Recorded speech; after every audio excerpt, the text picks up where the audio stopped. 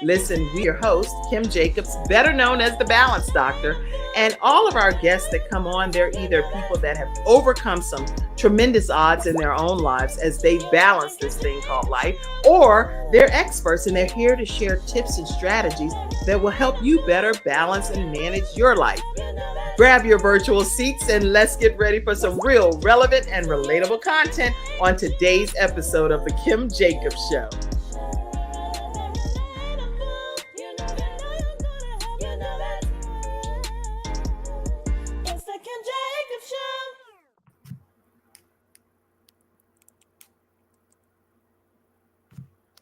Hello, everyone, and welcome to this episode of The Kim Jacobs Show. I am so excited to have Focus James on with us today. How are you, Focus? Oh, I'm wonderful. Thanks for having me, Kim. I love your show. I appreciate being here.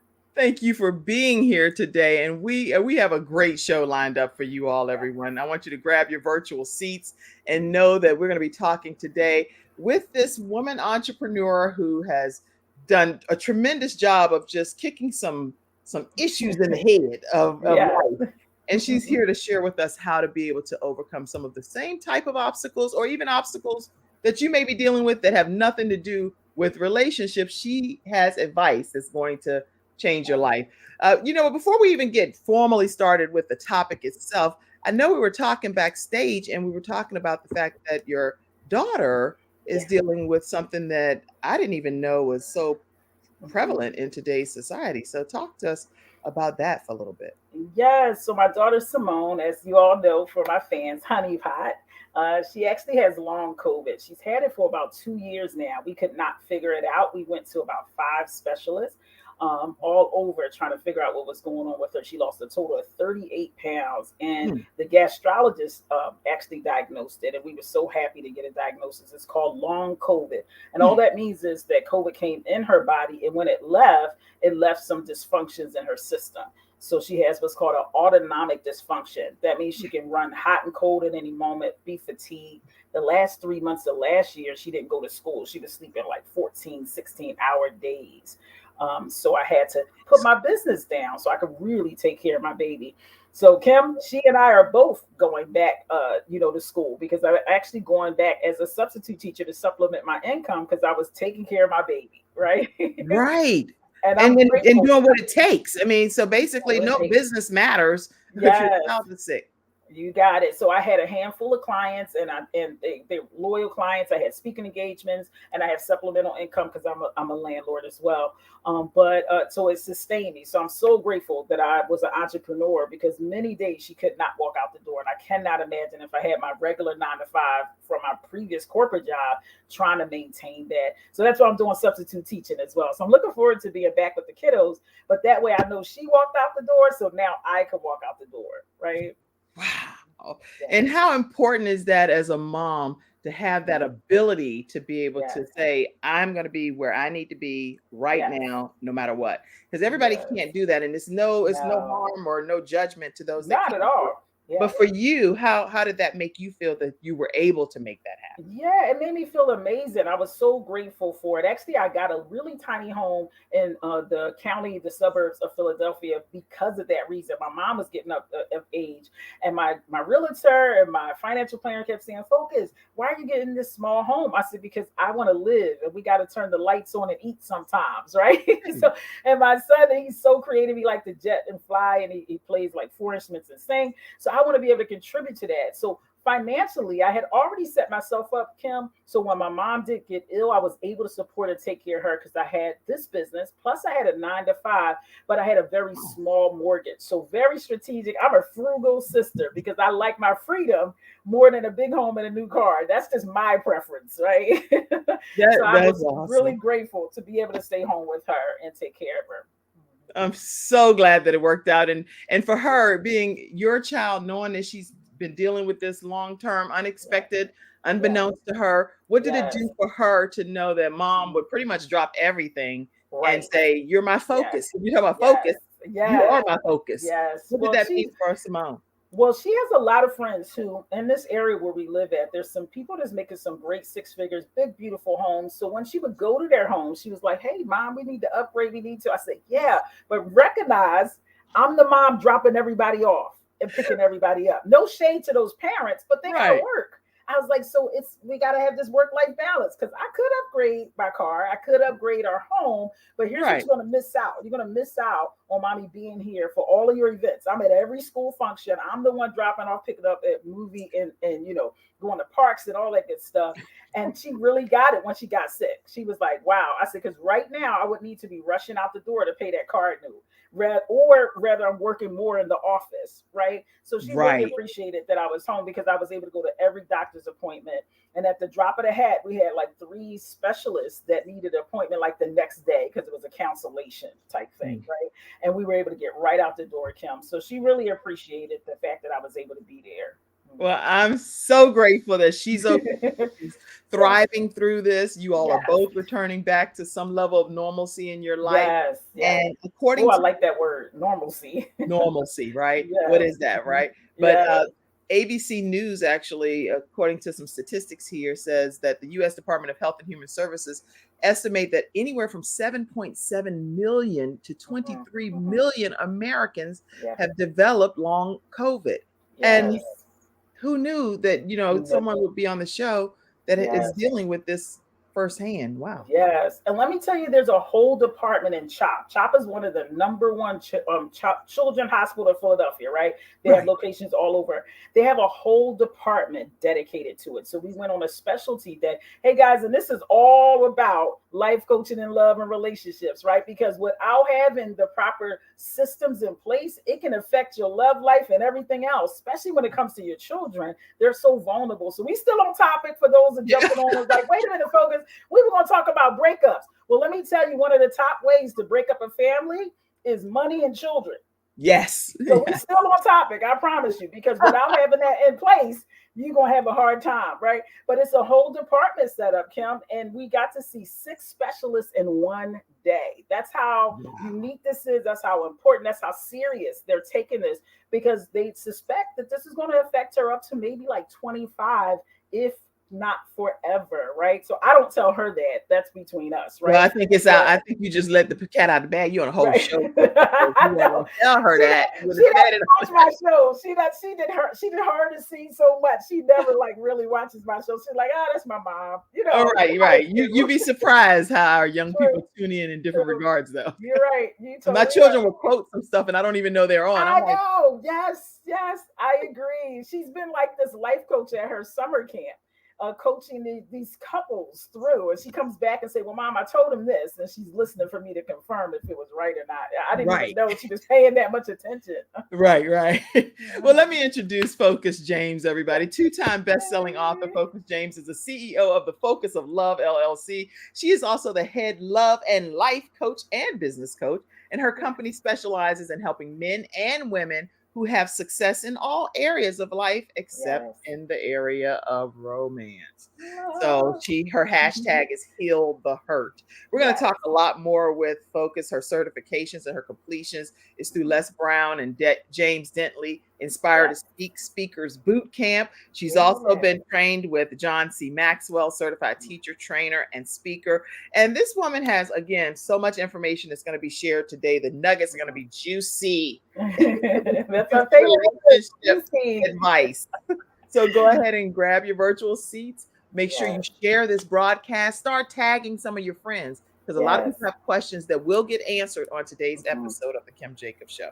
We're going to take a commercial break, come right back, and I want you, if you will, Focus, to go into your backstory some, because one of the things you said, and I quote here, is that this was when loving God isn't enough to sustain your marriage.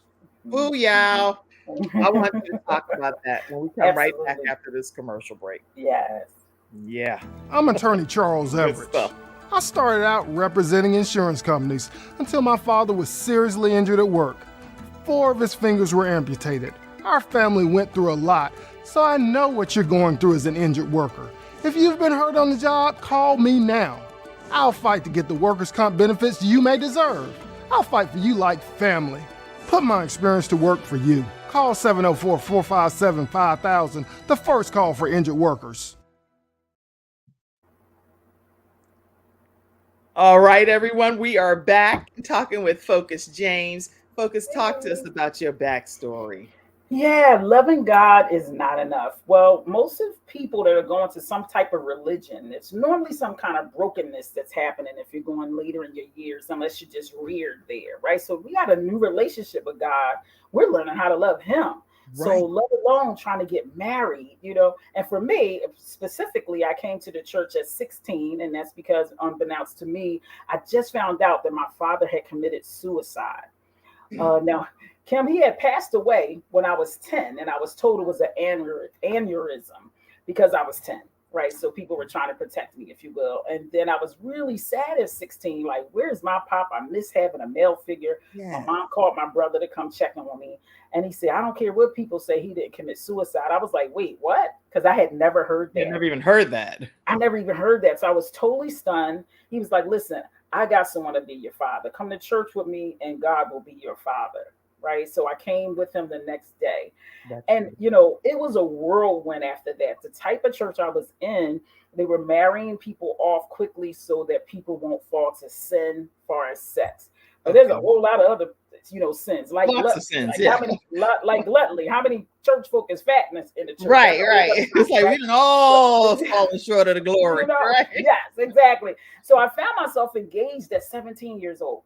Right. So not even a year later. Now, this is what I mean when I say loving God is not enough, because there's so many skill sets that you need to have a romantic relationship. Right. There's so many skill sets you need as a person. So just because you name the name of Christ doesn't mean that you have what it takes to work a good job, to raise children, right? To be a deacon, to be on the usher board. You still need communication skills, people skills, the soft skills. So that's what I mean when I say loving God is not enough. Oh, I get and we didn't have that.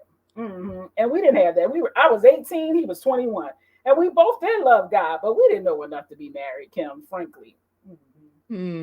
So just pause right there for a minute. You're saying in the church that you attended, it was encouraged that, hey, let's just make sure if you're going to be together intimately anyway, then go ahead and make it official and do the right thing according to what the leadership was sharing with you all, which is admirable. So just so you know, I think that's an honorable thing. If you know you're going to be sleeping with this person and hanging out at this level, then why not go ahead and make it official? Or let's keep talking. How about train them not to?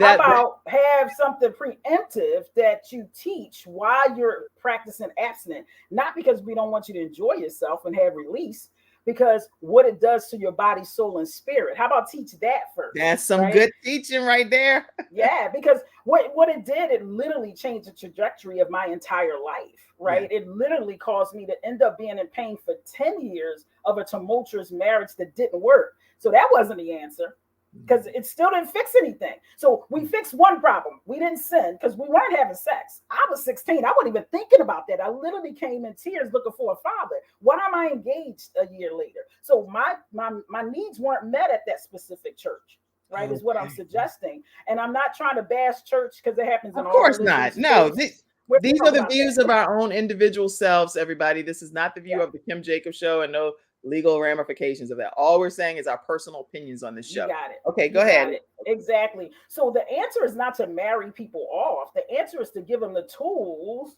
right, to function in life. So if I came in sexually active, which at that time I wasn't, so it wasn't even about me being sexually active. It was about marrying people off. Now, what I found out decades ago, just before I got there, about 4 couples had fallen and had babies out of wedlock, and people were committing adultery. So the church was in a panic to save its reputation. So it was trying to hurry up young people not to repeat that.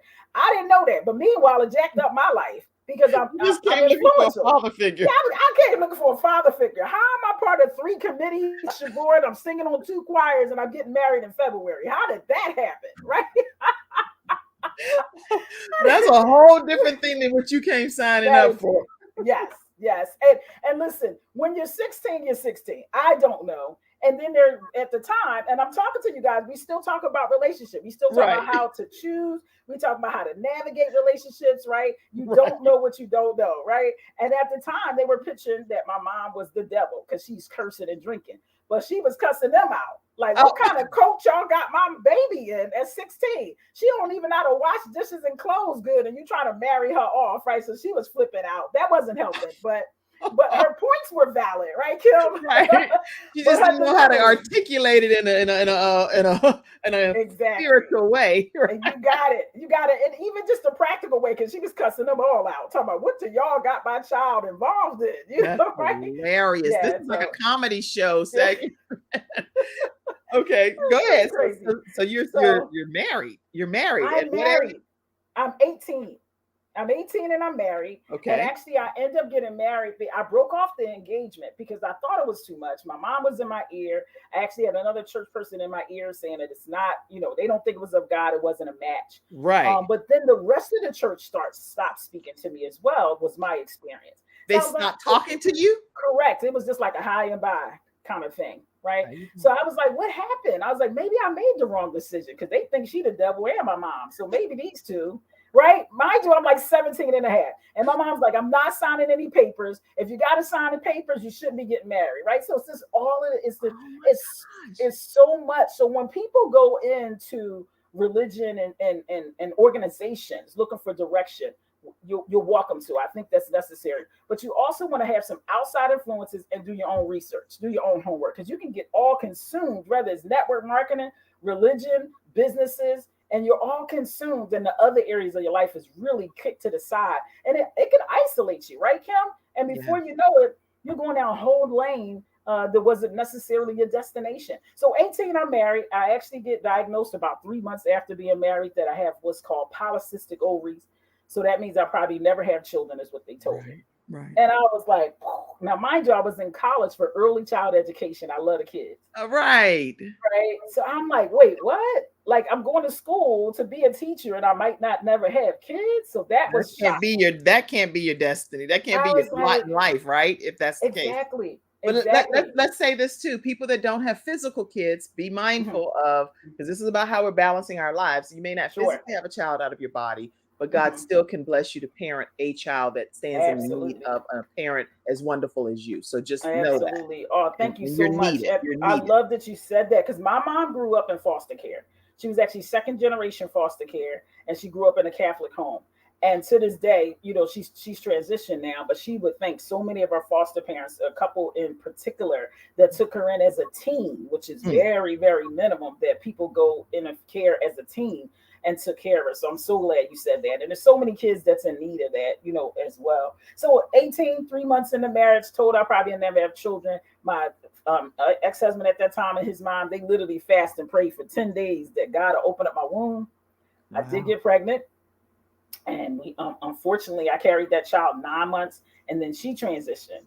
Unfortunately, she was stillborn, right? Now, mind you, I'm only 19 at this point. Right. At 19, I've been through a death of a father, abrupt death of a father who I thought was an aneurysm, but then it was told was suicide.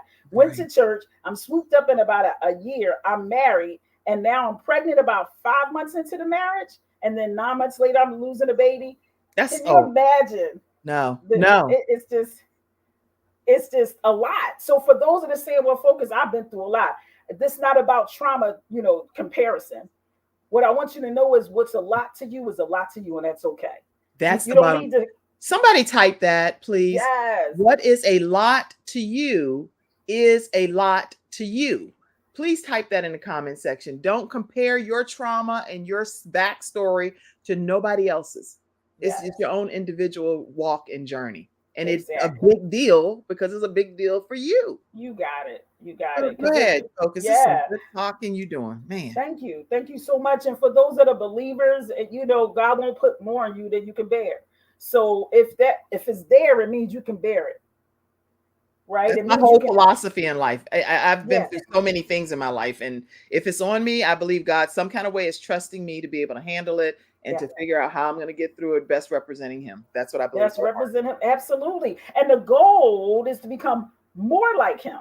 So sometimes we'll demonize, because I did for a minute. I demonized my husband, the church. Oh, yes, I did. I talked about them church folks. Hey, Kim, if you were standing next to me getting gas, you would know that whole story. I had that whole story packed in 3 minutes. I can tell you how those church folks. Oh, we have to gas up. You just lean over. You be one of those people. Girl, let me tell you about these church folks.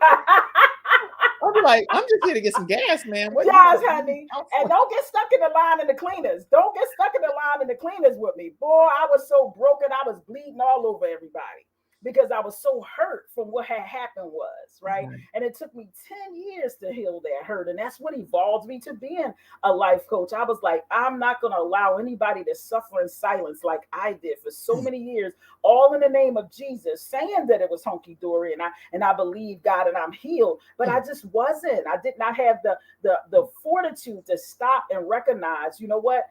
This hurts.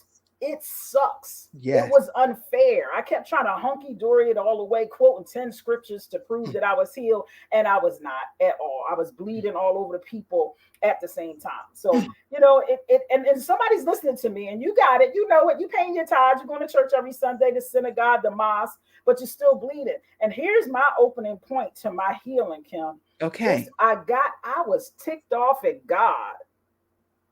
Now, don't shut the show off, y'all. Don't do it for those. It's going to get better. We're not going to shut the show off, but we're going to take a commercial break. We're going to take a commercial break right there. Right. You know, you got to put a pin in it. We're going to take a commercial break and hear why you were so mad with God and what you did about it on the other side of that anger. We'll be right back, everybody, right after this commercial break. Welcome to Confidence Tones, where we use a proprietary audio development formula called audio immersion to provide an experience that's designed to help quickly and effortlessly generate positive change in the subconscious mind when used correctly.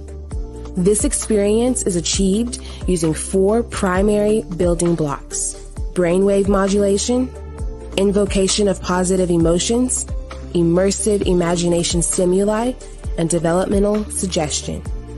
We know of no other source in the world that provides the synergistic combination. With a good pair of headphones, you'll be able to immerse yourself into audio that's designed specifically to help you feel better, do better, and live better.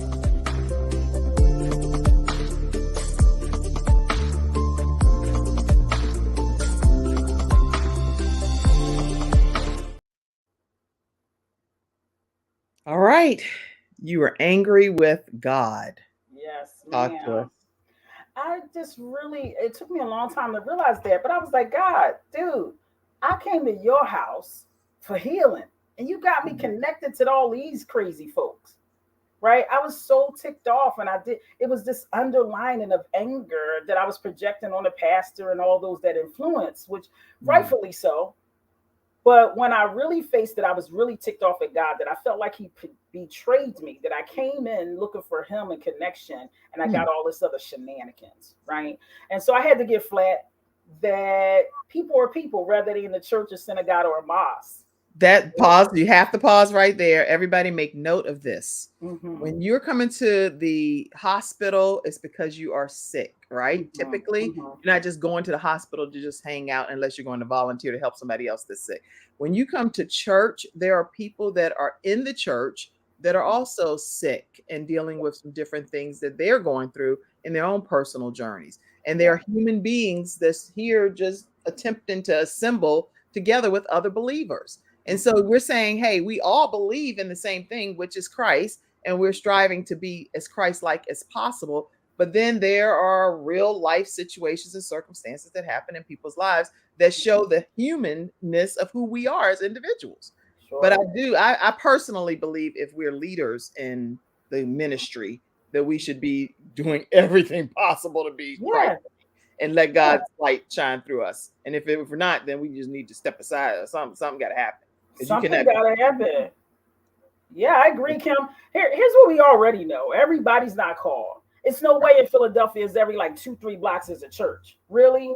No.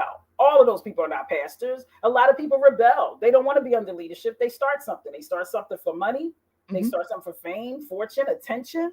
So everybody's not called. That's where it comes when we got to fortify our relationship with God ourselves inside of reading our Bible, our Torah, whatever it is that you're following. Is necessary that you have that individual relationship, because everybody that's born in their religion believes that their religion is the one. That's right. So you can easily get pulled into so much. So who are you to your creator or your believer? It matters, and that's going to drive how you move and how you shape, right? How you have your being. How you have your being. So once I got that, and I actually had to forgive God, and I was like, I forgive you. I had to have this conversation, because if we're going to be the closest possible to God, we have to be able to express when we pissed off or angry. And I know that scares a lot of people, the thought of being pissed off at a God, that you'll get struck down, or he'll kill you on the spot, or cause you to have some kind of sickness. But one, he already know anyway. He already know you upset. He knew you already know, right? So it's best to be transparent and go, I'm really disappointed. I came to your house for this, and I end up getting that, right? So I just had to make peace with the fact that these are human beings in here trying to figure it out themselves. And then once I was able to do that, I stepped back and realized I went down that aisle as a choice myself as well. Influence as a young person or not, right? I was only 18, not like fresh 18, like 3 months. I definitely was highly influenced. And part of the responsibility of freeing yourself to be able to heal and to be able to forgive others is to recognize your underlying part. Here's my underlying part, Kim. I wanted to get out of my crazy mama house. I was like, he giving me a house and a car and a place to live, and he don't even want me to work. See, that piece right there, that part right there is critically important to you. You were running to something. I was running out of one thing to another thing. Yeah. So that's where we could get flat, because there's always some nastiness to our humanity, but we don't want to face that, because then we got to take our own responsibility. Mine was, I was trying to get out of this crazy woman's house and let me go into something safe and soft and cushioning. I like the dude, but I didn't really love him. I didn't really know what love was like that. Right. But I was like, he's a good dude, Christian family. Go over his parents' house, they singing, songs and playing the guitar. I was like, this is the blackest Bill Cosby, Cosby show I'll probably ever get to. Right. Right. So that's the nasty, if you will, or the underlining part that we don't want to talk about when we are making choices as well. But when I was able to own that part, Kim, the part that wasn't cute to say, right, it gave me a special place to have grace on him, his family, and the other church people. And that is that the pastor was trying to save face. He had not set up his ministry to reconcile for those that were fallen, having babies out of wedlock and adultery. So he jumped in and tried to marry everybody. That was his. Let me pause for a second there, only because of the stuff to come back on me at the Kim James. So in all transparency and fairness to the pastor, we obviously don't know what his intentions were unless he's here to represent himself. But from your perspective, we know that this is what you felt like you were experiencing on your receiving end. The thing that I'll ask is, when you came to your own realization of your own destiny, your own life and accountability, what did you do to make some changes? And how did that? Thanks for asking that. So, and I get it. I want to make sure we protect Kim's show. This is definitely my experience. It's not hers. And the goal is not to destroy anybody's name. The point is to recognize when you're junk, and when you feel like you messed up, and when you realize your nastiness, it allows you to be more gracious to other people when they're trying to save face. That's the whole point I'm just simply trying to make. So that allowed me to not only then to forgive God, then forgive myself next. Then I was able to forgive all the leadership who I was looking up to and felt betrayed, like you didn't take care of me, right? And then I was able to forgive him because he ended up, unfortunately, we became pastors. Because his mom left the church, had her own pastorate. He was the junior pastor. So that instantly makes me a first lady at 20 something. And I wasn't ready for that. Well, let me ask you, did you ever have a conversation with the pastor that you're referencing that you felt was kind of saving? I have not. No, I have not. He already transitioned. So before I even had these aha moments, it wasn't even available to me. right? Right. It wasn't even available to me. And the reason why I'm bringing it, but it's all good because I actually, as a relationship coach, you're going to not always be able to speak to people. So I have a whole system of writing letters, doing mirror work where you can still talk it through and get your healing through that process, whether they're there or not. So if you're saying, well, Focus, how I'm going to forgive my husband, he passed away, or my dad, he passed away, I can definitely help you with that. So you can go to the Focus of Love, tell me at Kim Jacobs Show, and I have a 30-minute discovery call, complimentary. Let me know you met me at Kim's show, and then we'll sit down and talk about that. So all is not lost if the person has transitioned, or they're in prison, or you just can't get to them, or they don't even want to speak to you because the pain is still there, right? It's okay. You do not need that person to get your healing and to move on in life. So I just want to say how big that is. That's so necessary because some people feel stopped, right, Kim? Right. Like they want to have that closure, and you can absolutely get closure without speaking to that person. So what did I do? That was the order. God, forgive me, forgive the pastorate, and then forgive the leaders, then forgive him. Because again, we became pastors. I was only 20. He ended up cheating with our armor bearer, right? The plot thickens. This is your husband that cheated with. That's a pastor. Cheated with the armor bearer, who also was the nanny of our child. The plot thickens. So unfortunately, again, right? Oh my God. Are we twins? Let me stop you for a second. Are we twins? Because do share. Let me grab my water. Yeah, grab your water because we must have a twinning experience here. And for those of you that know me and know my story, which you may not know all of my story because I don't tell it publicly that often, but exactly what you're saying there that happened with you and your husband is something that I've also experienced, and it is a devastating. It's devastating to say the least. Devastating to say the least when you put 100%.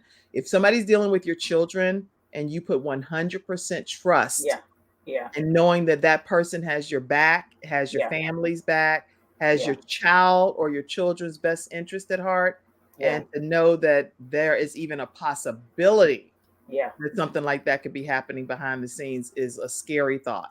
It's a scary thought. And it went even further because he did an Arnold Schwarzenegger. They had twins together.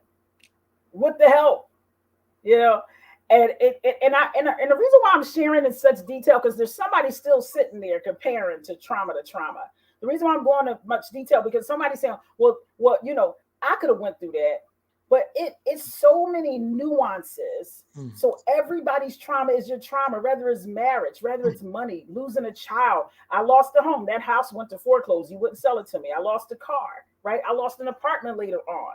It can be a lot of loss, right? Yes. But the bottom line is back to what Kim said. For those of the Christians or believer, who are you becoming? It's the becoming. Yes. Whether you winning or losing in any period of your life, it's who are you becoming during that time is what matters. That's what matters to God ultimately, because he don't care about your, 5-bedroom home. He don't care about your small little apartment. He's asking what relationship you have with me and what impact are you having on the world. That's what he cares about. Right? That's right. Kim? So it's definitely devastating. It displaced me. So for those that saying, but you know what, Focus, he took everything from me. I understand. I feel the same way. I couldn't go to church because any church I went to, they like, why is the first lady here and not at her church? Right? Oh gosh, pause. Right? That has happened to me. I visit different churches and I'm coming in because I want a personal fellowship with other believers. And so I'm sitting here, I'm trying to come praise the Lord and worship, and people like, what in the world is she here for? Lady Jacobs, what are you doing? Why are you? Exactly. I'm here to praise the Lord. Totally out of place. So there's no place to worship. People got distant. They got distant again. Because what do you say? Now, mind you, I didn't know for a while. I knew we were separate. He had then left. He left. So I knew we were separated. So again, that put me in an awkward place. So I didn't want to go back to our church, right? And let me just wrap this up a little bit. And so a girlfriend of mine came and got me. She said, hey, let's take a ride. I was so happy to hear from someone because I was like, why is everybody like isolating me? Yeah, like what did I do wrong? Now, I want to back up for a second. I wasn't the most gracious wife. Literally, I'm 18. I had like about 40. My youngest brother had 40 some trophies. My other brother had 50 some trophies. I had 60 some trophies. we were all athletes. So I was Okay. a little rough around the edges, is what I want to point out, right? I actually won the Athlete of the Year award. I was a captain of multiple teams, VIP of multiple teams. Definitely admirable and awesome, but don't make you too feminine. Let me say this: don't make me too feminine, because I was not too feminine, right? Okay. So sometimes I was quite controversial when he and I would talk and have conversations. So I Okay. don't want to point out in any way that I was a walk in the park, right? Right. I get it. I get it. Right? You with me, Kim? I'm So with I you. just want to say that, out loud in balancing the scales here, because I'm not a victim. We all participate in our life. And that's also what I had to give up, that I'm not a victim. I made a choice to go down that aisle, made a choice to continue the relationship. I made a choice. All the choices I made within that is the choices I made. And then here's what gives you back your power. And then I want to hear what you guys say about this, Kim.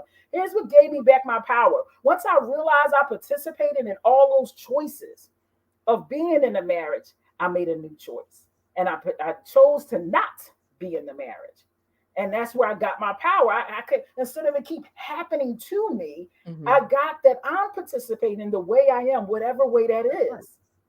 And so now I can make a new choice. Let me wrap this story up. So she scoops me up, Kim, and she goes, let's take a ride. I said, okay, let's take a ride. And we go to my church, my husband's church. I'm like, why are we here? She said, go take a look. I said, okay. So I get out the car, I take a look. It's a storefront church. For those that know what that is, it's a store and they make a church inside. Right. Stage, and he's standing on stage, and he has this new navy suit on. And I always loved his physique. So I was like, wow, he looks handsome. And he has this paisley, we talking way back when, this paisley tie. And I was like, wow, he looks handsome. Then he leans over and whispers in someone's ear and touching their lip. And I look, and it's her. It's the nanny / armor bearer, dressed exactly alike, with the navy blue dress and a paisley scarf. So now they playing church. So now you really go. Now, why would your friend take? Oh gosh. Well, because I'm the only one that don't know. She was giving me a gift to finally find out.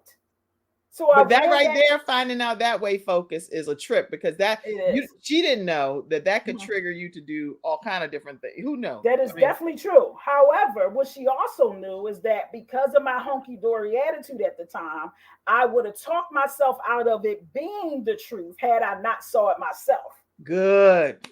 Right? Yes. So she had your back. She's like, you're going to get to the bottom of this. She had my back. And she was like, oh, you going to know for sure, because I'm going to show you. You are not going to be able to use 10 scriptures to talk yourself. Because you couldn't have, if you would have paid me $1 million, I would have never thought he was cheating. Because this was a Christian man. This was a man that quotes scriptures back and forth. You could not tell me this man wasn't cheating, Kim. So I wouldn't have believed it. If she would have knocked on my door and said, girl, let me sit down and tell you. Wow.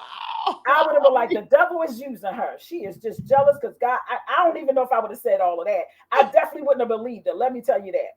But she was wise enough. So for those that are angry that somebody came and told you that your husband was cheating, what you angry about? Did you not really want to know?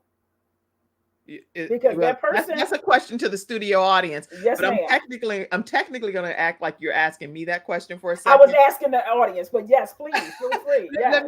Let me assume you asking me too. Okay. Now, the reason I say that is because in my younger years, my ex-husband and I, we had a situation. So I knew that without a shadow of doubt, like with all certainty, that there would never be any additional incidents in our lives, in our marriage, because God had restored us and had restored some things in our marriage.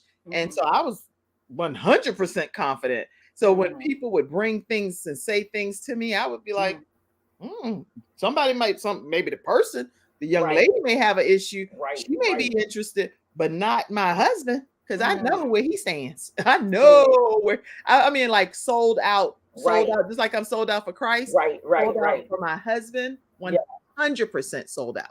With all confidence. So I can relate to what you're saying. Go ahead, carry on. Absolutely. So I didn't even think about it. It didn't even come to my mind. I was so oblivious. And mind you, I'm still in my 20s too. So this is my first real relationship where I'm not only having sex, I'm living with a man. He's providing for me, if you will, to the most part. And so now we're separate. So I'm devastated at that. I'm wondering, how am I going to pay these bills? So I'm highly distracted. It is not in my thought pattern that he's cheating at all. So I ran back to the car after seeing this. They're dressed alike. And not only, now here's the thing. I didn't see them at a restaurant. You see them in church. I see them at church. People who I've went to their wedding, their christening for their children, their housewarming. And the church is packed because it's a revival. Right. So I'm not just betrayed by them two, because I didn't walk in at our house. I didn't walk in at a hotel. Right. I'm at church. So the level of betrayal and distrust went from his mother, which is the pastor, and her husband, his siblings that was in there, and everybody that knew me, that I'd have been to their house and broke bread at their barbecue. And so the level of devastation was in comparison to anything I've ever experienced at that point, because it's not just me walking in on them.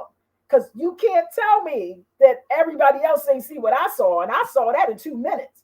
They had a whole service, and he touching the lower of her back, and he's whispering in her ear, his lip touching her ear, very sensual. I was like, what the? I ran back to the car and I cried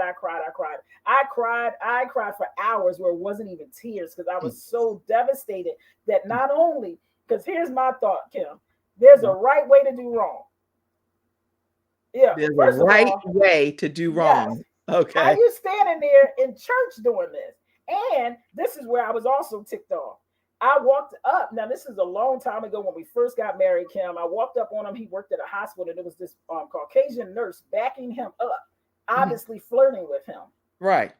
So in that moment, I got ticked off. I was like, it's a right way to do wrong. Why didn't you get one of those Caucasian nurses making $75,000, $80,000? We could be sitting down eating cucumber sandwiches trying to figure this all out. You're going to go sleep with the help? We paying her. What's she going to make more fried chicken?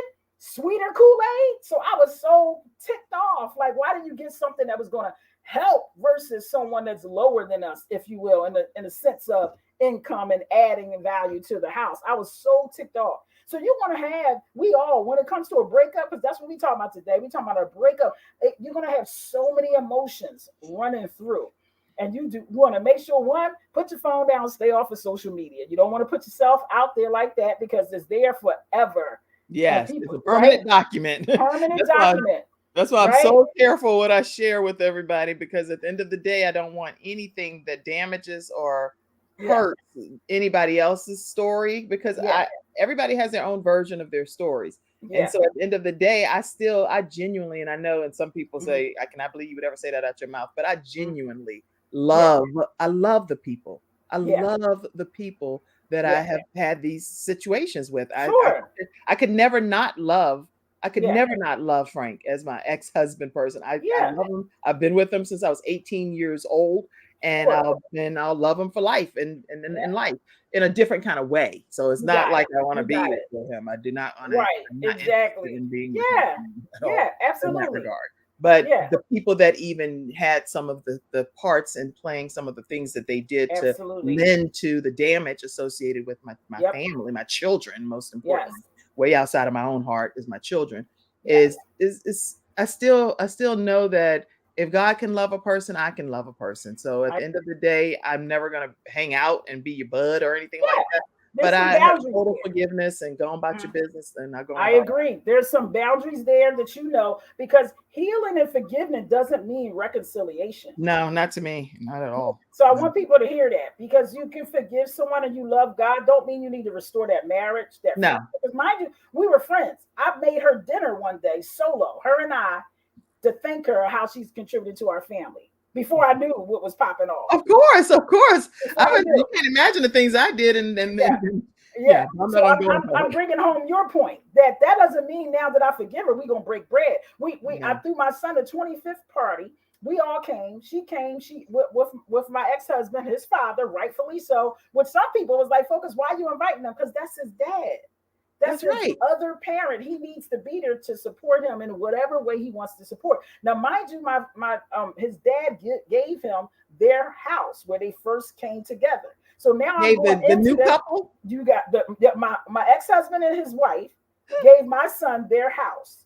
So now I'm going into the house my son was raised with when they got together. So that was one thing. Wow. So the day I came in that house, I walked through. I said, this is the first and last time I'm walking through their house. After this is my son's house. So I walked through, I prayed, I allowed myself to be upset, I allowed myself to laugh at memories and different things in my head, and then I was done. Then we got curtains and everything else for my son in that house. Then I went on and did what mothers do and start decorating the house, right? Decorating your son's house, right? Decorating my son's house. That was it. So when they came to the party, Kim, they walked in, I hugged him and I hugged her. One of my girlfriends jumped out and ran out the house. She was like, I can't focus. So she was there with all of it. So she was like, I can't. So I'm chasing her down the street, like, wait. She You're was like, don't go. This is my son's house. I said, yeah. I said, it's okay. She said, it's not okay. It's not the way they did to you. I said, I agree with that. I said, but you got to see it from my point of view. Right. Because we believe that death do you part. Had she not cheated with him, girl, I would be still miserable in that relationship because you know I was miserable. So when I hug her, I'm like, thank you, Jesus, because I would be so bitter and upset that 30 years of my life in this doggone fruitless marriage, because we were not compatible. That's the other thing, Kim. And they might think that she destroyed a happy home.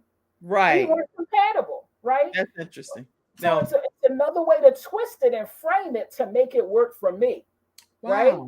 To make it work for me. So I was like, listen, I'm okay with it. She's part of the story of my freedom. Now I get to be who I am, right? That's interesting. I'm glad you're saying that, because like you say, your own trauma is your own trauma and your own story. Because in my case, the story was totally different. I literally thought I was in a blissful kind of situation, and I would ask, are you satisfied? Are you happy? And all of these different things. And had family meetings. Divorce is never an option in our family, and all of these things. So I'm thinking that we are a great godly example of a husband and wife that other people can follow and model their marriages after. So for me, I was like, what kind of sci-fi horror is this that's happening in my life? I had no idea at all that that was even the possibility of something that could even become a part of my reality. Exactly. So, well, I love that the audience has a range now. You have from someone who thought their marriage was whole and complete and thriving to someone that was dysfunctional. So, so for those that are thinking that only if I should have and would have and could have, the reality is that you just don't know. 51% of this country is still getting divorced, and that's the first divorce. It goes to 70% of second marriages and even higher for third, because people's tolerance is low. So the answer is not do more in this case. For the entrepreneurs, this do more marriage is not the answer. It's okay. So come on with some answers. We're gonna hear some on this final phase of our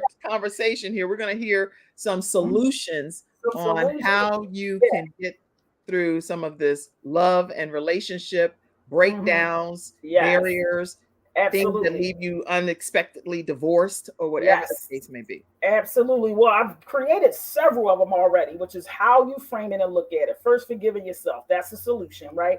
Also, the way you frame it is a solution, right? Being able to practice that, you know, this happened in that moment, and now I get to choose a different way of being, right? So I kept participating in this marriage, and then I decided not to. That's a solution. You can decide not to. You can decide we're going to therapy, or unfortunately, I'm gonna have to dissolve this relationship because I can no longer be financially abused. That's a solution, right? Go to your pastor or your head and say, we need some counseling. That is absolutely a solution. Yes. And sometimes you have to start with you. Most of the time, you're gonna have to start with you, which is fasting and praying for you, with you, by you, and allow that person to come when they come. Because if you both are going back and forth, who's going to stop the ramming back and forth? Someone has to be still enough to hold it down and make that decision. So when you are decided that you've broken up and it's like, this is the end, you got to fortify yourself with a village. So all my clients, I ask them, who's your village? And then we have to really, take an inventory. How healthy is your village? Because if we got only, bitter women that are upset with men anyway, that definitely is not the way to go. You want some healthy women in your life, right, Kim, that can give you some insight about relationship, that will let you know when you're wrong. So if you are always right to your friends, that is not your village. That's your yes crew. That's your yes club. You need someone to look you in the face and go, girl, you got to cook sometimes. right? Like, really, you should be grateful he comes home every day and chooses you, right? You Yeah. can flip it, man. You hear it. So that's part of the solutions. Your mindset is everything. First, Yeah. first and foremost, get out of the thought that life is happening to you, right? Y'all It's type happening. this stuff. Some good feedback. Yes. It's happening for you. And you can read more about this in my book, Kim, if we want to share that. It's called What is the Focus of Love? Okay, let me pop that on the screen. Yes, ma'am. And you can get it from Amazon or my actual my website, thefocusoflove.com. Having clarity, because that's key. If you want to heal in a breakup, you got to have clarity, and you got to live on purpose. A lot of us are picking spouses because of their finances, how good they look, their Instagram model, right? He got 2 cars, he got a 6-figure job, and he's 6 foot. That's some shallow stuff, because when it comes to having to have communication and raise kids and create a trust and live on a daily basis, you want this person walking in their purpose, which you might not meet them there, but that definitely needs to be a conversation like, hey, what's up with you in life? What you trying to, what you trying to get? So you can create a juicy life together. But if you both winging it, that's going to be stressful, Kim. You both trying to figure out life, right? you don't want to wing it. You want to have a plan like, hey, this is where I want to be in the next 5 years. And again, ladies, in this culture, that's not as prevalent as other cultures where they're having a conversation. So be patient with the gentleman in that. For those that are looking for new love, be patient in that. You ask him, you cultivate that. And he might go, well, I always wanted to. Really? Tell me more. So the gentleman on the first date might not already have a purpose and a plan. Okay. But if he has something you can work with, you can talk him through, and he's coachable and he takes some steps, then voila. Because best know, ladies, gentlemen going to have to train and coach you in something as well. It might be in how to be feminine and how to talk to him. Yeah, I know. I'll definitely need some coaching, given that I've only been coached and trained by one person since I was 18 years old, and I was almost like coming to America. Like, how high do you want me to jump? What do you want me to do? Yeah. And don't get me wrong, I believe wholeheartedly it's an honor and a privilege to be submissive to someone that you believe is following Christ in their steps. And so I don't have a problem submitting and being honorable to the person that I believe God has put as the head of our family unit. Yes, it's okay to submit to me, in my opinion. Correct. But as long as you know, I wasn't already some other role when you met me. I was already a leader. So still, I don't try to squash my leadership capabilities, because I can lead you into some areas that obviously, if you follow me, we wouldn't be here. You got it. Hence why the Bible says you submit one to another. To another, right. One to another. And see, we miss that part because we're going to absolutely see the purpose of togetherness and the relationship is to enhance each other's life journey. Yes. And you're a mirror to one another. So you're going to always see each other blind spots. That's why it's 1,000% necessary to have great communication. I got to be able to tell you before you post that picture on Instagram of how awesome you cut that lawn, that it looks jacked up and crazy. I need to tell you that before all the comments go, dude, you need to hire somebody and crush your whole ego. If I can't tell you, husband, you tried your best. But I think we might, to give you time back, how about if we get a service to do it? You tried your best, but it's a little off. If I can't tell you that, who can? Well, I bet you about $1 social media will, and social media ain't nice. Social media is not nice at all. Not at all. So they will crush you in your place. Yes. And I use that example because it's prevalent today. Your spouse can't talk to you. You popping something on social media, and then everybody come after you about something. Hence Keke Palmer, right? Unfortunately, her baby daddy put it in there. It's the outfit for me, and you're a mom though. And then they crushed this young man. So I don't know if it was because they couldn't talk, but here's what I want to present on the Kim show. And that is, you got to be able to talk to one another. You got to be able to set parameters, because so many people are destroying their relationship on social media, Kim, because they're dropping something on there and then everybody's coming for them. Mm-hmm. And now you look stupid to even take that person back. You might have was going to take them back. You would be willing to forgive their infidelity or them cursing or embarrassing you. But there's nothing wrong with that if that's what the person wants to do. Exactly. If you believe that God can reconcile your relationship, you're with your ex-husband or ex-wife, and God, you feel God is pushing you in that direction, because I believe God loves marriage And I believe that he does not want people to be divorced personally. Correct. I don't think that Correct. that's what his desire would be for us You got it. personally. You But got for it. whatever the reason, you can't force somebody to be in any Not at all. situation that they don't want to be in, and That's that they've created certain things to happen that make it be where it is today. That's all life's choices. But Danielle says, I am guilty of that, which I think that's the comment when you said, be patient with your new loved one and cultivate the new relationship. And she said, I'm guilty of that. If you want to comment on any of it. Exactly. I do. We're all guilty of it.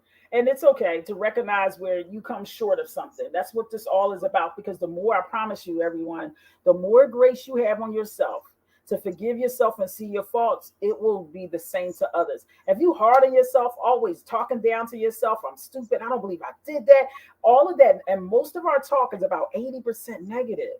So you won't be able to see the grace that you need to offer someone else if you're constantly on you. So you want to be in prayer. You want to be in fasting and meditation. I know we've been hearing that for decades, and it goes in one out of next year. But the staples are the staples. And many people want to just keep listening to gurus on YouTube and Amazon and reading all of these books. But you won't be still enough to hear yourself and go, listen, I'm nasty.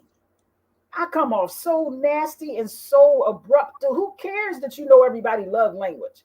But if you nasty, what does it matter if no one can tell you anything because you know everything? What does it matter? We still talking about solutions. It's talking about self-reflection. Now tomorrow I'm going to actually help those that are tipping into getting back into love. You've done the work. For those in the audience, if you're on Kim Jacobs show, you've probably done a lot of work already. So let me tell you what I'm offering tomorrow. For those that done the work and you're ready to get back into the dating scene, I'm actually going to go over how to set up your profile so you can draw the person that you need. I have a client, she sent me her profile. She said, Kim, she kept saying, I keep drawing men that want to be well kept. I said, well, well kept means he want to work from home. He want to be the homemaker, wash the clothes, dishes, do the kids and all like that. And she runs the household. So she said, I keep drawing that. I don't want that. But I read her profile. Her profile says, I can't cook, don't really want to cook, can't clean either, and I'm busy. I got, a lot of kids, and I don't want bull crap. So hit me up. Well, that's straight says predators and people that, want to fill those gaps. So tomorrow from 7 to 8 on my page, Focus James, I'm going to go over what should be in your profile, what kind of pictures you should be there, to make sure you're attracting the right person. And you want to become that person too. We're going to talk about that tomorrow from 7 to 8 Eastern Standard Time. So thefocusoflove.com. It's going to be on Facebook, which is Focus James, my Focus James page. You can put that in there. Okay, I'm typing this Focus James Facebook page. And then I'm putting that in the comment section for you all. That's going to be at 7 p.m. Eastern Standard Time. Make sure you all make note of that. And I put it over here in the comment section for you as well. Sandra Rump Jackson says that this is great information and that her show, she has a show as well, the audience would really benefit and grow from this. So I just connected you all together. Thank you. I so you can be a guest on her show, is what she said. I would love that. I would love that. And hopefully this has been helpful. I know I went over like a large span of time, but I really wanted to hit so many points, Kim, for your audience, because I know you have a huge span of audience. You have people that just getting to know Christ to old heads that, know the hymns, right? And you have newbies that's just getting to know who God is and people that have known him a long time. But ultimately all is grace, and more grace. The more we live in grace and gratitude, we'll be able to navigate this life, whether we're breaking up or starting a new relationship. But when you have this self-righteous, you gotta make six figures. You gotta go to church every week. You gotta pay your tithes and not have grace on people. I mean, it's just not going to give you the love and deep connection that we're all truly longing for. Because nobody want to be around somebody that's constantly complaining. And never, right? Oh, here, you talking about old heads now. I'm not calling, let me be clear. I'm not calling Mother Lawson an old head. Okay. I am calling her a marvelously wonderful, well-seasoned leader in the Church of God in Christ. Yes. Oh, look at that hat. Well, okay. So she says, Mother Patricia Lofton, our Department of Women, State Supervisor of Women, says, ladies, this is so good. God bless you for sharing this life-changing solutions. Awesome. Thank you, Mother Lofton, for even making that comment, taking the time to type that. Danielle Waters says, I am having a women's empowerment brunch on October 28th, and I would love for you ladies to be a part of it. Thank you. Yeah, actually, Danielle, believe it or not, I'm actually receiving a Lifetime Achievement Award, Presidential Lifetime Achievement Award on that same day. So I won't be able to be there, unfortunately, but I'm sure a lot of other people will be there. And I'm honored that you are, and I can participate and do something and send it in or something too, and I'd be honored to do that. Let's see. Jacqueline said, let's see what Jacqueline said. Great content shared. What is the focus of love? Grabbing that book today. So let's put the books up again. What we're going to do is we're going to take a commercial break real quick. Okay. And I know we're going to go a few minutes longer here because I want you to share a couple more things. Okay. But let's put your books up. Let's put your books up. Mm-hmm. Let people know that you're the author of 3 books. Tell us about each of them. Yes. So the first one is, your receiver says, how to heal, how to have a healthy love affair. I changed that one to what is the focus of love. It was kind of left wing. So I changed that to that. But that's my first book. I actually created that from your friend, our friend, Les Brown. I got out of his training 4 days, 10-hour days on a speaker's boot camp. And on my way home, I wrote the table of contents for that book. He said, Focus, your story is amazing. People need to take you home. So I wrote that book in the 90 days, leaving Les Brown, Chicago, speakers boot camp. And then next I did Harness the Power Within with a gentleman who I met at Les Brown's event. It's about 11 African-American entrepreneurs sharing the whys of business and how it got birthed through their life story. And the one in the middle is just definitely my baby. It's called Daddy-Daughter Dynamic. As you guys heard a little bit about my story with my dad and why I actually end up in church.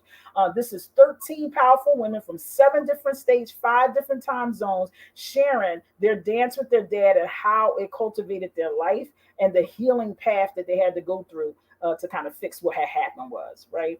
So that was an amazing opportunity to work with that many women and hear that many stories. And people can get a copy. I want to make sure you know how you can get a copy of her book. Stay connected with Focus James, thefocusoflove.com. Everybody that's on the audio podcasting devices, make sure you know it's thefocusoflove.com and the Focus of Love Tribe. Go and be a part of that tribe on Facebook. Yeah. All right. Thank you, Kim. And I share different nuggets there that I don't share publicly to Kim's part, because everything you can't say publicly, but to the family and the tribe, I'll go in there and live and share some more detail and expand on something I might not say too publicly. Right. So that's the treat you get back there. Mm-hmm. I love that. Yeah. We're going to take a commercial break, come back and hear any final kind of thoughts and tips or anything that maybe you didn't get a chance to share throughout the broadcast. It's been some great information. I saw so many comments. I hope that I'm doing you all justice I see you, Leisha. I see you, Leisha, over there, and glad that you're on. You say, hey, Miss Kim, there is life after death. I mean, after death is not death. Huh? So it could be like a death because it does feel like a death. It definitely is. Yeah. Mm-hmm. Yeah. Because I know heartbreak is literally real. And some people die of a broken heart. And there are situations that can cause that. Okay. There is life after divorce. I host a seminar and would love panelists as well, is what Sandra's Authors Forum talk show says. Congratulations on that, Kim Jacobs. I don't know whatever I did. On the Lifetime Achievement Award. I'm excited. I cannot even believe that even going to be able to have in my repertoire. God is putting me before kings and queens, and I did not know this. Okay, let's see. Great content shared. What is the focus of love? Communication is the key. Thank you all for typing everything and for being such an active studio audience. I hope I'm sure I did miss a lot of comments here. That's right. I see this is good. My audience will grow from that. Divorce may be your golden opportunity to flourish, is what someone said, to live, flourish, and flow. I would personally, I don't want to ever come across any differently. I would never want to be divorced from my husband. I would have never wanted that to be the case. So I don't ever want to come across any differently. And I definitely want people to be aware that if you see pictures of Frank or me and our kids and stuff, that's because he's their daddy. And I want him to always be a part of their lives in any regard. That's very important that he be able to celebrate and I be able to celebrate, and we co-parent and be able to celebrate our children's success and opportunities, graduations, marriage, weddings. Well, why in the world would I not let the parent or he not let me be a part if we have children together? That doesn't make sense to me. Yeah. So hopefully that's normal, but for some people it's not. Yeah, it Why you definitely is. giving no pictures? Like, you're alive. You the daddy. Well, yeah, and that's perfect. And this is perfect that you bring this up. That's what worked for you and your family, and the way you all were able to cultivate that healing around it. But every family is not that neat. You have some narcissistic people, some abusive people, some financially abusive people, and you can't co-parent with everyone. And that's just the reality, because they're not willing to get healed. They're not thinking of the children. They come in and they take over. They're looking to attack, right? The other parent. So, this is the PSA. You have to, again, assess it for you and take into account how you're living. There's so many people that are running literally, in my childhood, we had to run from my father. He was trying to kill us as a result of his own psyche and his own mental illness. So there was no reconciling in that situation. So I just want people to hear Kim is an anomaly. There's not many relationships out there that can healthily resolve the marriage didn't work and then have a healthy relationship after that. Now, I do want to say that stems from Kim's heart. That's because of the relationship she has and what she chooses. And you can choose it too if it's reasonably healthy, that I too recognize that my child needs both parents if it's reasonably healthy. But unfortunately, Kim, more often than not, the level of mental health and strain from divorce, most people are not able to bring that thing together, unfortunately. So you have to just take your time and recognize what's healthy for our family function. And it may be having 2 birthday parties. Okay, that's good. You know what? That's why, again, I'm Kim Jacobs, the balance doctor. I'm not Kim Jacobs, the expert in every subject matter. Some things are new to me in my own walk. And so I actually have to submit and humble myself and learn. Oh, thank you. I didn't mean it that way at all. No. This is me complimenting you. Oh, thank you. This is me complimenting you. You're the expert in this area. And so sometimes we may be an expert in other areas, but what works, like you said, what works for me may be just something that's working only for me. But you just described several other scenarios that it would not work in those instances.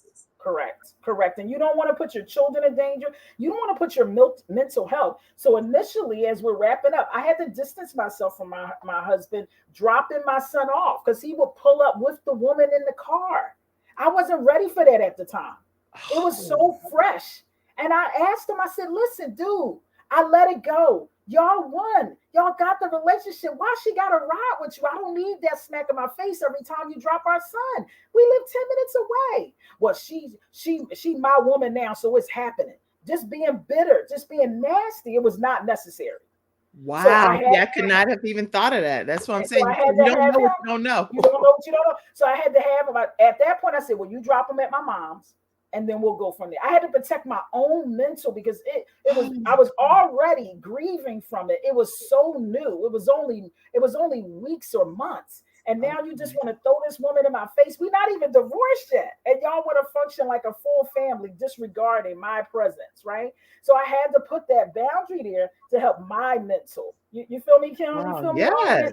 So you got to take your time where you are and honor that and not let nobody shove you into a place that you're not in that moment is what I want to say. This is all part of the solution. We still talk about the solution because before you get over here, there's a lot more road to get to before you get all the way over here where you're healed and you can shake hands. I wasn't able to hug her at that point. If I got a little close enough, I probably would have choked her out. Praise Jesus. Okay. So I don't listen to Kim's advice in this regard. Y'all listen to Focus James. No. Yours is I didn't have this experience. There's definitely a point of view here because there's 8 billion people in the world. So namaste to you, Kim. Please, I love the contrast because this is to let people know humbly your situation is your situation. So don't need to really compare. You really want to look at yours in a holistic view of what works for you and not trying to shoot for focus goals or Kim goals. But what is it what's part of your journey that God is getting you closer to look more like him in your moment, if that makes sense? That's good. Good advice. Dennis, I saw that you typed a paragraph, so I want to take a moment. I was taught as a child that when it gets dark and the street lights come on, make it home. I believe no matter what faith you have or one chooses to follow is great news if one receives the message that is being shared, basically. Thank you so much for your comment, Dennis, and for taking the time to be on today here on the Kim Jacobs Show. Let's see. Lots of comments. I'm sure Focus is going to go back and maybe read and respond to some of these comments that I didn't get a chance to say. Every situation is different, is what Sandra is saying. Black is beautiful. He just said, oh, a different shot. He like, hey, y'all, black beautiful. Thank you. I don't know what y'all talking about today, but black is beautiful. Especially with Focus James being up there on the screen. Amen. Oh, thank you. Thank you so much. What was the best thing that happened to me? Okay. Leisha says that in the words of Shawnee, divorce was the best thing that happened to me. It hurt. I was mad and it was hard, but it all worked out for my good, is what she said. Absolutely. Absolutely. I love that you mentioned her, because we got to watch all of that on social media. And it was, she, especially at the end, she dealt with that with poison grace. But people judged her for a long time, Kim, because she always seemed angry at Shaq. But we don't know what was going on. She already know he was cheating, staying out late, and there was an accusation of another child while they were married. So we're watching them when they're getting interviewed. Like, why is this woman so bitter? She's so ungrateful. He's a millionaire. He's an athlete. He's a dad. So again, guys, social media have you judging, talking about what people should and shouldn't be, and you don't know what's going on in the background. So be gracious when you go to drop these comments about people's relationship. Be gracious. You don't know the whole story. You only know what they allow us to see. So then it came out that he said, my biggest regret is I was not a good husband. I was not putting my wife first, right? He confessed that, and it was a beautiful, beautiful confession. And if we want to talk about all things work together for the good of them that love the Lord, that's going to happen. Divorce, separation, breakups, that's going to happen. How can we make it work together for the good? In my case, in Kim's case, she's sharing her story to help other people. I'm sharing my story. I wrote books and I have 2 other ebooks. I'm now a life coach. So you can still make it do what it do. That's even right. when you don't do it in God's will. Because there's a whole lot of marriages that is not God's will. God ain't tell you to marry that person. And that the choice was bad. God ain't tell me to marry this person. The choice was bad. Right. It's just God wasn't in it from the dough. From the first napkin you chose, you know God wasn't in it. Right? So let's not act like that God is going to sanction every marriage for whatever reason. You know what I'm saying? I do know what you're saying. A long time, Kim, to consider divorce, because I was raised in a to death do you part. That's what I believe it should be. Yeah. I mean, I believe that God said exactly what he meant in the word. I agree. But it was going to be crowded in that bed between me and him and her. I see it. So I had to make some kind of decision. It's like, yeah. So it's like, okay, okay, God. Can't put more than we can bear. How many? Something got to give here, because you know what? Because people can get hurt in situations like that. Even unbeknownst to, like, if you're getting sideswiped and you don't even know, you have somebody right here this close to you thinking that they have your best interest at heart, and they know between them and your spouse that they are together, and anything could happen to you, to your children. That is not of God. God does not want you to be in that situation, putting you and your children at risk. That is crazy. And I'll give the 3 A's. There's 3 A's depending on where you believe or don't believe, but some biblical scholars believe it's 3 reasons why you can't get a divorce, which is abandonment, adultery, and abuse. And all 3 was in my marriage. So all 3 of those reasons is why you can get a divorce, because you can't tell me God wants you to stay in a marriage with somebody beating you down. I don't believe that. And y'all, you can put your own comments. This is a controversial discussion. When you're watching it, whether you're watching as a replay or you're watching it now, put your thoughts, put your scriptures, put whatever it is that you believe support why you're saying what you're saying. And by all means, we'll look at those comments as well. Absolutely. Okay, I have to get my last episode sponsor, because these people took the time to contribute. And then we're going to come back and hear a closing comment from Focus James. Yes. We went with a special episode here, went a little longer on purpose. Yes. Thank you. We'll be right back. 2 things are almost certain about you. Number 1, You know people who travel. Of course you do. Everybody travels. It's an $8 trillion industry. It's what people dream about doing. And number two, you probably aren't making the commission. You see, every car rental, every hotel, and every resort pays commissions.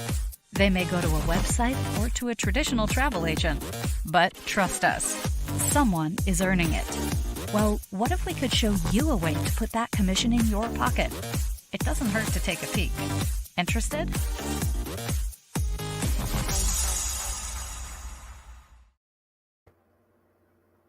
There we go. Who are those people?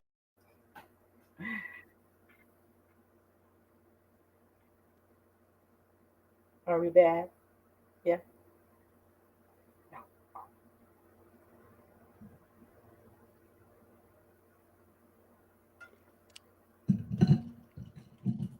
Oh, we are back, but what I want to do is play this final one too.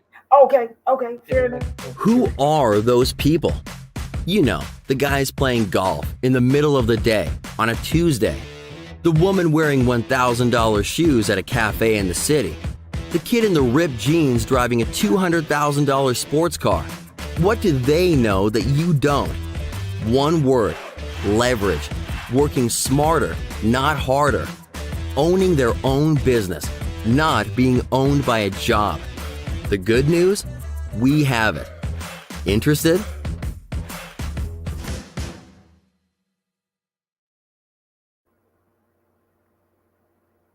All right, everybody, we are back. And if you're interested in learning more about how to experience more about owning a piece of the travel industry without any special quotas or anything, email trueyougetaway@gmail.com and we'll connect you to the right sources. trueyougetaway@gmail.com.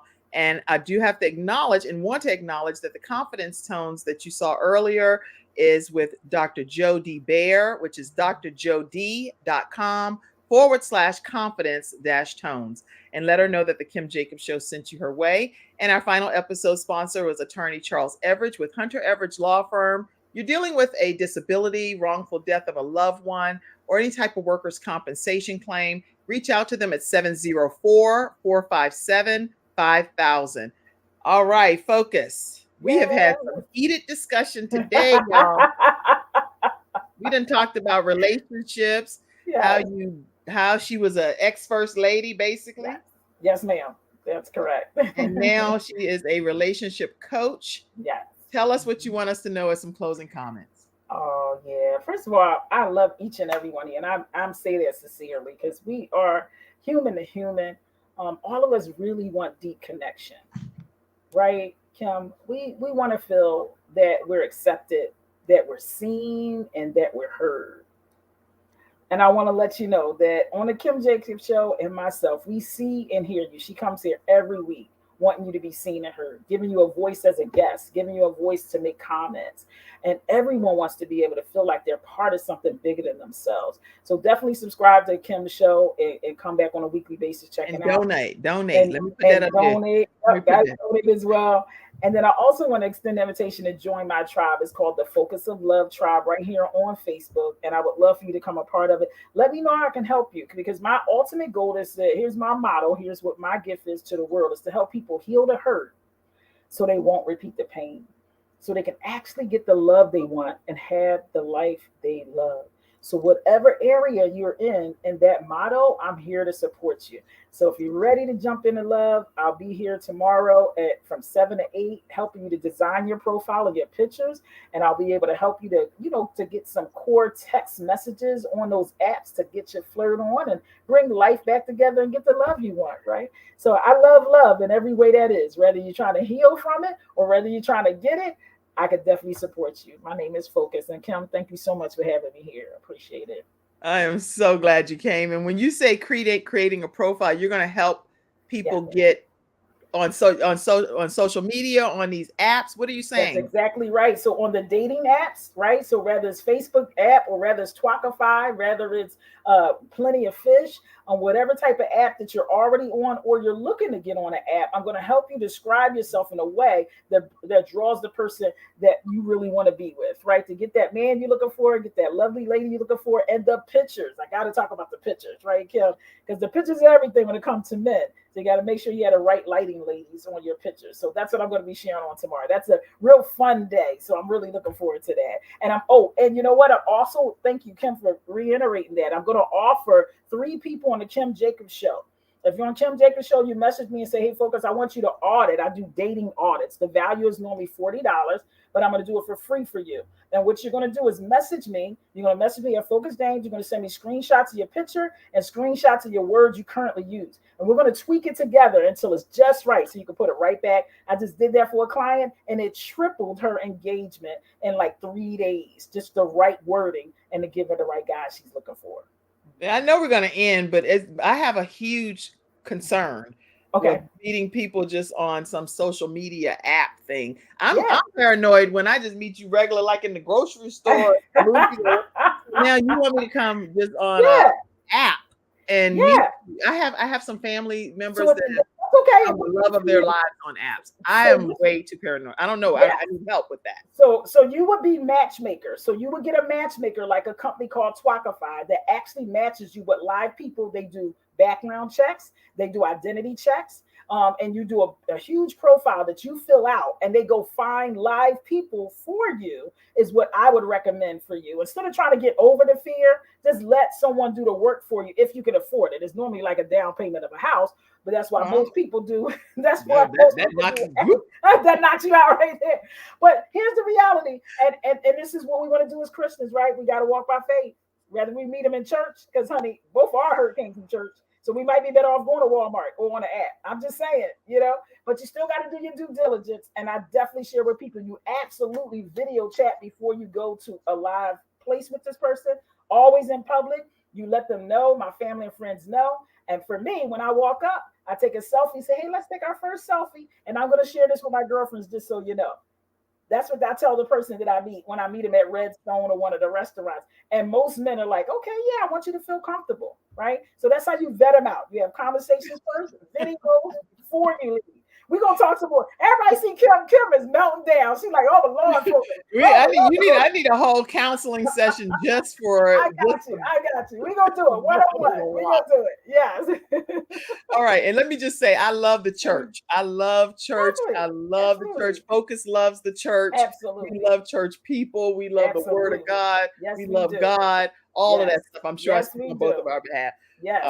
Thank you for reiterating that. Because I know I pulled it all apart. But I am so with you, Kim. I absolutely love the church. I love God. And there's another part that we have to talk about so we don't keep repeating that pain and people getting hurt in church. Because graciously, there's people in church, mosque, synagogue, and we don't want to get bitter with God because we forget that part. That's good. Well, you have to come back, Focus, clearly. And hopefully I have a few Freestyle Friday experts that come on Fridays. Y'all put it in the comments section if y'all want Focus to be one of our Freestyle Friday experts. We have a panel. They come on and we talk about different topics that matter. Clearly, this is a topic that matters to the community. So on some Fridays, maybe you can come back on and just share 5-7 minutes worth of tips or something. Sure, I would love that, Kim. Yeah. All right, everybody. Listen, thank y'all for tuning in today. This has been informative and educational for me. I don't usually get on my own show and be like that, taking notes. I'm over here. I have pages of notes. I literally have pages and pages of notes. Relationship, married at 18, and then he was 21, twins, all this stuff. All right. I learned so much from you today. Thank you, Kim. Appreciate you having me. Y'all make sure you're a part of the project tomorrow. If you're interested in setting your own profile up. Now, if you're watching this and it's not September 1st and you're watching it as a replay, because I do replay episodes, then she's not having the workshop that day. If it's not September. Just message me and I'll take care of you. Tell me you heard it on the Kim Jacobs Show and I'll take care of you. No matter what date it is? No matter what date it is. I got you covered. If you're a fan of Kim's, you're a fan of mine. So you let me know. All right, y'all. So no matter when you're watching this replay or not, reach out to Focus James, thefocusoflove.com. Yes. And join her tribe, the Focus of Love tribe on Facebook. I'm going to go join it now so I can see some more stuff that you're talking about. And everybody have a great rest of your day. We'll see you tomorrow at 11 o'clock a.m. Eastern Standard Time. You are amazing. Thank you for being here today. Thank you. Thank you, Kim, for having me. Thank you, Mother Lofton, for tuning in too. I really appreciate it. All right, everybody, have a great day. Thank you for tuning in to today's episode of The Kim Jacobs Show and for being in the virtual studio audience. Your presence truly does make a difference, and I look forward to you bringing your